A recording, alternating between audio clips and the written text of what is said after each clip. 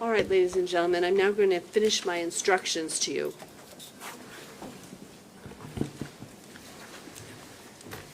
Let me let that happen.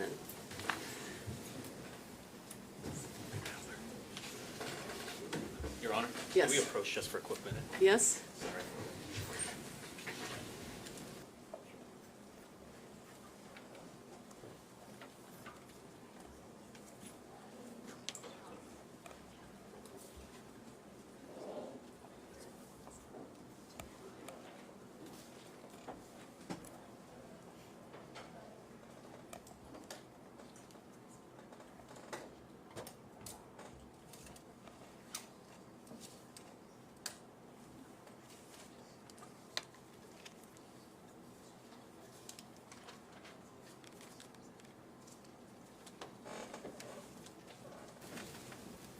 All right, ladies and gentlemen, sometimes people step out after closing arguments. That's not unusual. I'm now going to complete my instructions to you. Please remember that in order to reach a verdict in this case, whether it is guilty or not guilty, your verdict must be unanimous. And I remind you that you will have copies of my instructions, as many copies as you want, both the instructions from the beginning of the case and the instructions I'm going to give you now as a whole. You should consider them as a whole, and you will have written copies of those instructions with you in the deliberation room. Prior inconsistent statements. In deciding whether to believe a witness, you may consider whether the witness's statement made before trial, which were not consistent with the witness's testimony. Let me start that again, I'm sorry. In deciding whether to believe a witness, you may consider whether the witness made statements before trial which were not consistent with the witness's testimony at trial. Thus, if the witness made an inconsistent statement before trial, you may use that statement in deciding whether to believe that witness's trial testimony. Keep in mind that you may not use the statement made before trial as proof that the facts in the statement are true. The statement made before trial is only to be used by you in deciding whether to believe a witness. There are, however, two exceptions to this general rule that prior statements may only be used in assessing witness credibility.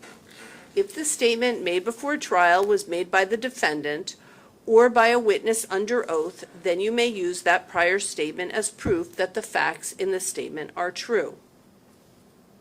I'm now going to discuss the definition of a crime and the crimes with which the defendant is charged. A crime is the breaking of a law for which the law provides punishment. All crimes have at least two parts, an act and a criminal state of mind. In deciding whether a person is guilty of a crime, you must determine both what the person's actions were and what her state of mind was. For a person to be guilty of a crime, she must have physically acted to do something that is criminal and must have had a particular state of mind. Unless a person both acted to do something that is criminal and had the required mental state, that person has not committed a crime. That means that if a person either did not physically act to do something criminal or did not have the required mental state, then she is not guilty of a crime. To understand how mental state works, consider this example. Suppose two automobile drivers hit a pedestrian who was crossing the street. Suppose one of the drivers hit the pedestrian deliberately, whereas the other one did so out of carelessness. The two drivers would be guilty of different crimes even though they both committed the same act because each had a different mental state. To prove that the defendant has committed a crime, the state must prove first that the defendant did certain acts and second that the defendant acted with a certain intent. Whether the defendant acted with the particular intent charged is a question of fact for you to decide. Keep in mind that there is often no direct evidence of intent because there is no way of examining the operation of a person's mind. You should consider all of the facts and circumstances in evidence in deciding whether or not the state has proven that the defendant acted with the intent as it is charged in each indictment. Alternative theories of criminal liability. As is its right, the state has charged the defendant under alternative theories of liability. When the state charges one act under alternative theories, it is alleging that the unlawful act could have occurred in one or more of the ways it has alleged. In this case, the state has brought 5 separate charges. You should return a verdict on each of the charges. Your verdict with respect to each element of each charge must be unanimous. You are not permitted to compromise in order to reach a verdict, nor are you permitted to combine elements of the charges. You must consider each charge separately. Each of the charges against the defendant constitutes a separate offense. You must consider each charge separately and determine whether the state has proven the defendant's guilt beyond a reasonable doubt. The fact that you may find the defendant guilty or not guilty on one of the charges should not influence your verdict with respect to the other charges. The charged offenses. Charge ID 2054609C, second-degree assault. The defendant is charged with the crime of second-degree assault. The definition of this crime has 3 parts or elements. The state must prove each element beyond a reasonable doubt.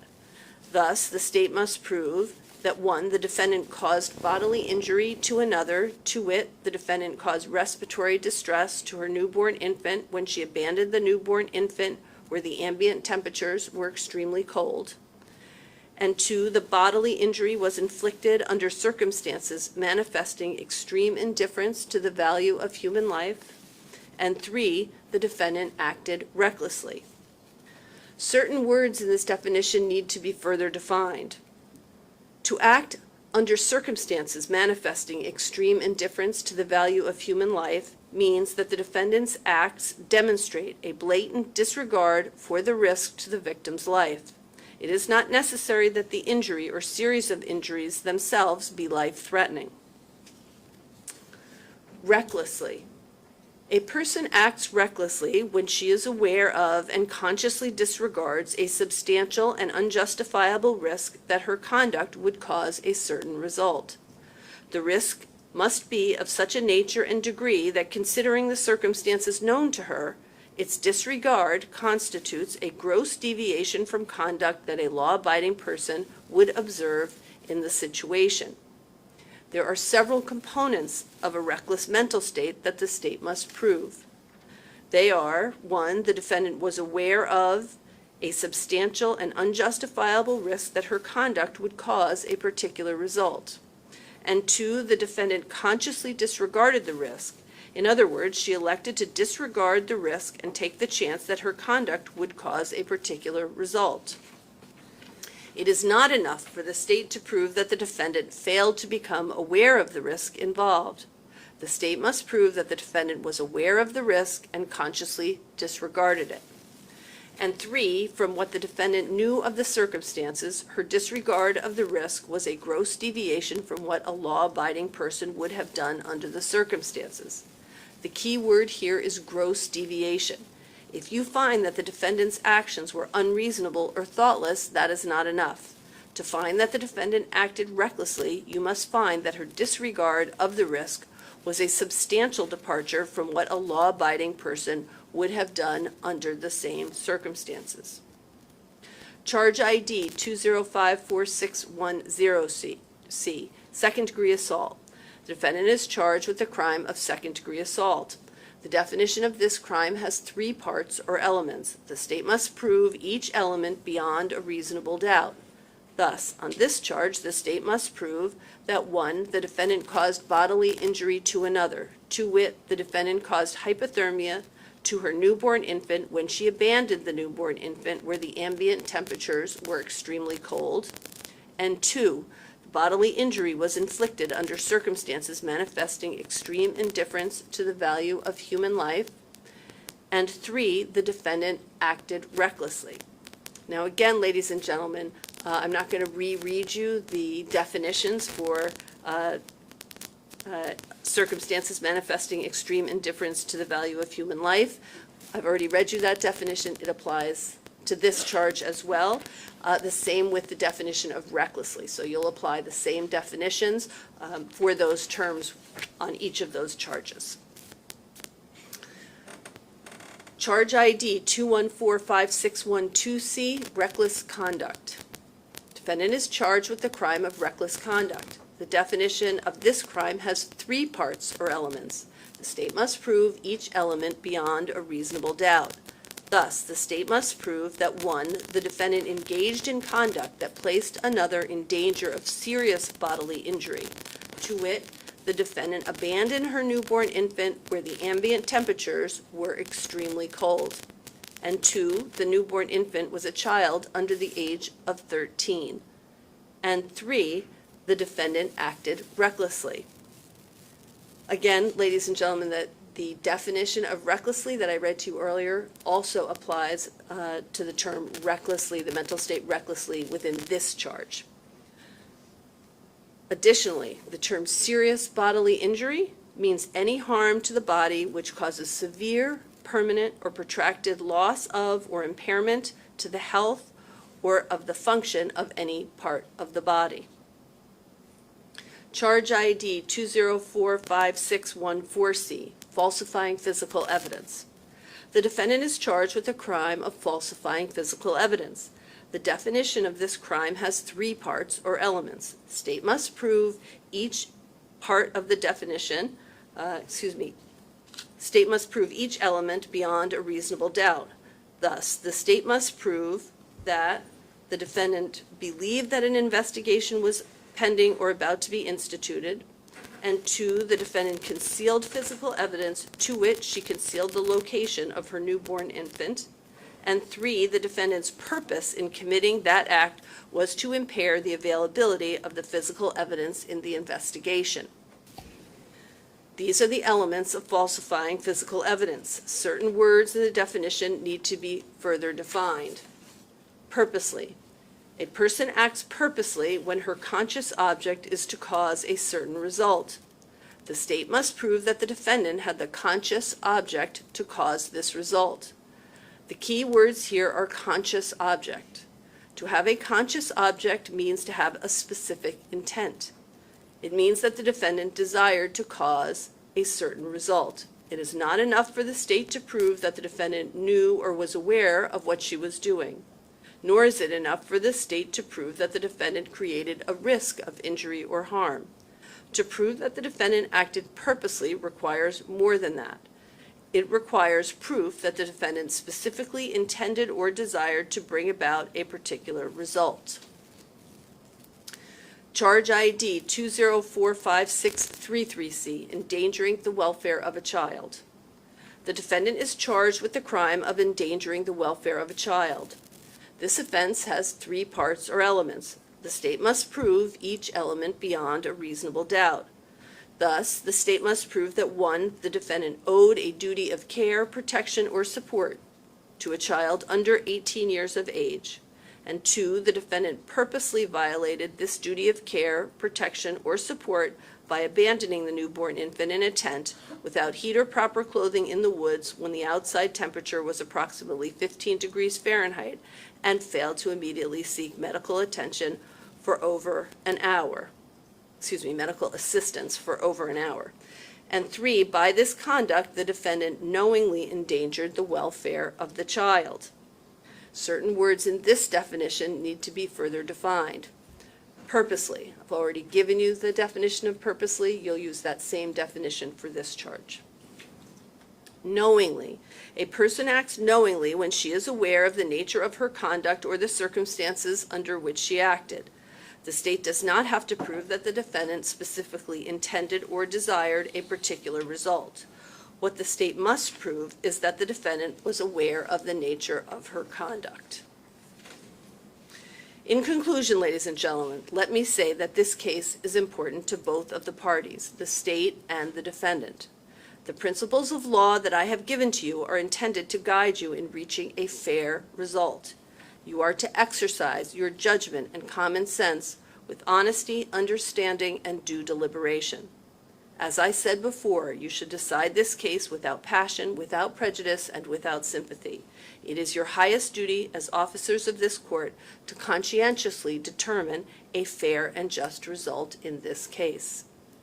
Now again, as you were instructed during the general selection process, there is a presumption of innocence that applies and continues throughout this trial until the state convinces you beyond a reasonable doubt that the defendant is guilty of each and every element of the offense with which she has been charged, and the defendant has no obligation whatsoever to prove her innocence in this matter, and that includes the right not to testify if she so chose. When you have considered and weighed all of the evidence, you must make one of the following findings with respect to the charges before you. If you have a reasonable doubt as to whether the state has proved any one or more of the elements of the offense charged, you must find the defendant not guilty.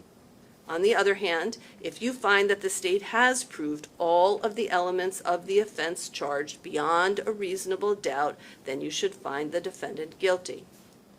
And I remind you, a reasonable doubt is just what the words would ordinarily imply. The use of the word reasonable means simply that the doubt must be reasonable rather than unreasonable. It must be a doubt based upon reason. It is not a frivolous or fanciful doubt, nor is it one that can easily be explained away. Rather, it is such a doubt based upon reason as remains after consideration of all of the evidence that the state has offered against it. As I mentioned, we will select a foreperson at random at the end of these instructions. The foreperson acts much like the chair of a committee. He or she should make sure that you take up the issues that I have described and should make sure that each juror has a full opportunity to present his or her opinions and arguments. I suggest that deliberations involve several components. You should each think for yourself about the evidence and the law. You should speak up and let your fellow jurors know your opinions, views, and positions. You should listen carefully and keep an open mind as to what your fellow jurors have to say. And you should make every reasonable effort to reach unanimous agreement. The verdict that you reach must be a unanimous verdict and represent the considered judgment of each juror. In order to return a verdict, all 12 of you must agree on your verdict. As you deliberate, try your best to work out your differences. Do not hesitate to change your mind if you are convinced that other jurors are right and that your original position was wrong. But do not change your mind just because the other jurors see things differently or just to get the case over with. In the end, your vote must be exactly that, your own vote. It is important for you to reach unanimous agreement, but only if you can do so honestly and in good conscience. When you have considered and weighed all of the evidence, you must make one of the following findings with respect to each of the charges before you. If you have a reasonable doubt as to whether the state has proven any one or more of the elements of the offense charged, you must find the defendant not guilty. On the other hand, if you find that the state has proven all of the elements of the offense charged, you should find the defendant guilty. If any questions concerning the law should arise during your deliberations, the foreperson should write the question out and sign and hand it to the court officer. The officer will bring it to me and I will respond. You should take as much time as you like. When you have arrived at a verdict, please let the court officer know and you will be returned to the courtroom where the foreperson will render the verdict orally in response to questions that the clerk of court will ask. And ladies and gentlemen, because there are 5 charges here, I'm going to send back a verdict form, which would just one copy of that, which you can use to record your verdict so that the jury foreperson can utilize that when asked the questions regarding each of the charges. Please bear in mind in your deliberations there can be no communications with anyone other than the deliberating jurors in the case or the bailiff. You are not to use your cell phones or smartphones to communicate with anyone, check email, or use the internet. Your verdict in this case must be based solely on the evidence presented at trial and the law as I have explained it to you. We are now going to select the alternate. Remember, we will have one alternate and then we will select the jury foreperson. So the alternate will be juror number 1. So juror number 1, you will be taken to another location. Do not discuss the case. Don't read anything about the case. You're going to be There are times when we do need to use our alternates in the deliberation process, but for now, we'll just bring you to another location. Don't discuss the case or have any contact regarding the case, okay? All right, I'm now going to select a jury foreperson.